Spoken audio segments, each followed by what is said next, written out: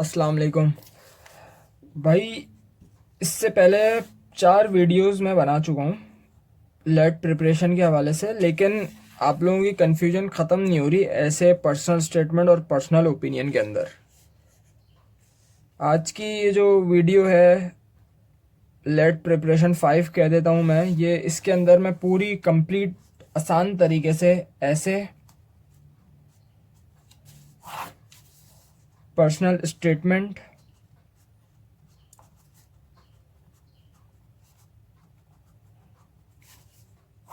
और personal opinion, इन तीनों का डिफरेंस आपको बता दूंगा और तीनों के लिखने के तरीके बता दूंगा।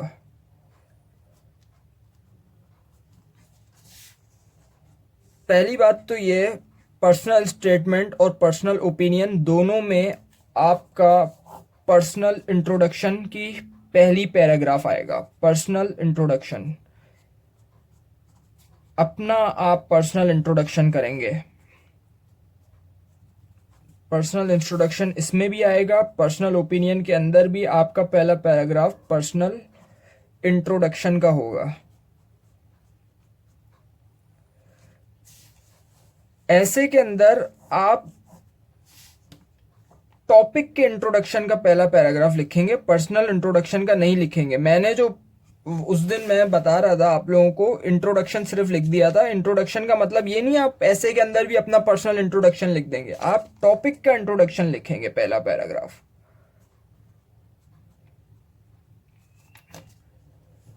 ऐसे आपके पास 15 नंबर का होगा। पर्सनल स्टेटमेंट या पर्सनल ओपिनियन में से लेट के पेपर में कोई एक चीज आएगी, दोनों चीजें नहीं आएंगी। या तो ये आ जाएगा 10 नंबर का या पर्सनल ओपिनियन आ जाएगा 10 नंबर का। लिखना आपको पहला पैराग्राफ दोनों में पर्सनल इंट्रोडक्शन का है। 3 से 4 लाइनों का भी हो बहुत है, वैसे आप मैक्सिमम 5-6 लाइनों का लिख सकते हैं, जैसे मैंने आपको लिख के बताया था उस दिन। दूसरी बात ये, पर्सनल इंट्रोडक्शन के बाद पर्सनल स्टेटमेंट में जो सेकंड पैराग्राफ होगा वो मोटिवेशन का होगा। हेडिंग नहीं डालनी है मोटिवेशन की, लेकिन मोटिवेशन उसके अंदर आपको लिखनी है कि आप लॉ की तरफ या एलएलबी की तरफ कैसे आए, क्यों पढ़ना चाह रहे हैं,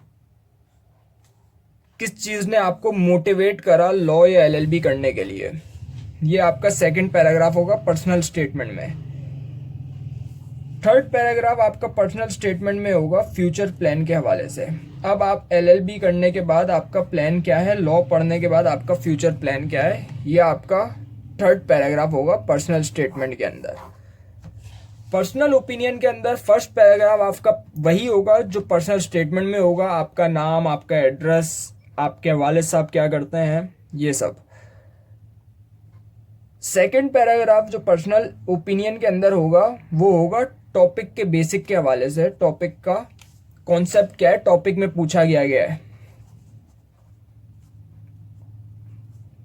टॉपिक का आंसर देना। जो भी आपका ओपिनियन पूछा हुआ है, टॉपिक का आंसर या टॉपिक का ओपिनियन बता देना है आपको। ओपिनियन।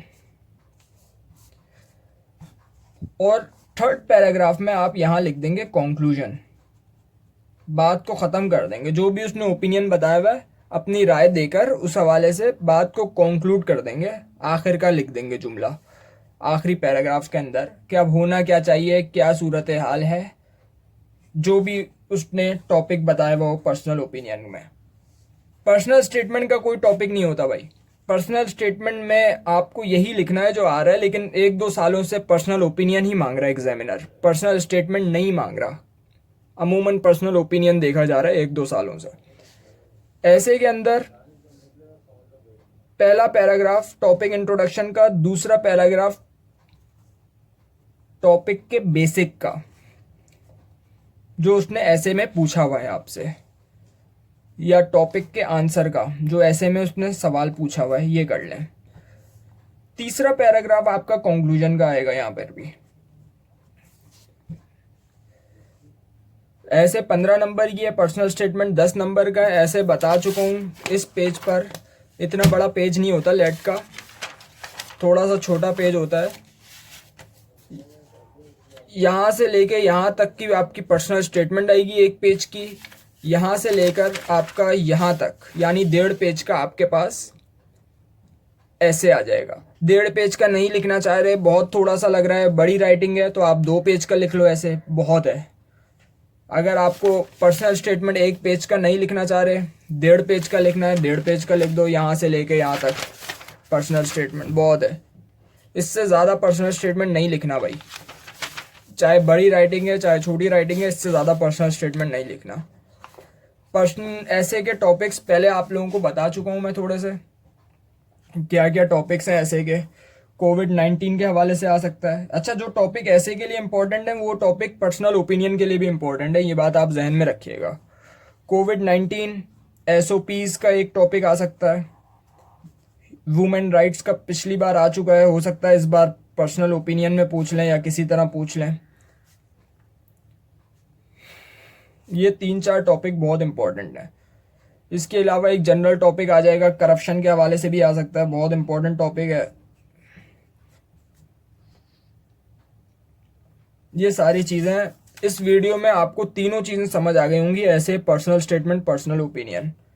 टॉपिक इंट्रोडक्शन में ऐसे के अंदर क्या आएगा, अगर कोविड-19 का पूछा हुआ है तो आप टॉपिक इंट्रोडक्शन के अंदर कोविड-19 कैसे शुरू हुआ ये लिख देना। कोविड-19 की फुल फॉर्म क्या है, कोरोना वायरस डिजीज कोविड-19 की फुल फॉर्म है, ये लिख देना टॉपिक इंट्रोडक्शन में, यही बात कर देना। फिर सेकंड पैराग्राफ में टॉपिक बेसिक, यानी जो एग्जामिनर ने पूछा हुआ है कोरोना वायरस पूरी दुनिया में फैला कैसे, इसका जवाब लिखना टॉपिक बेसिक के अंदर। म्यूट करा उससे दरवाजा बंद कर।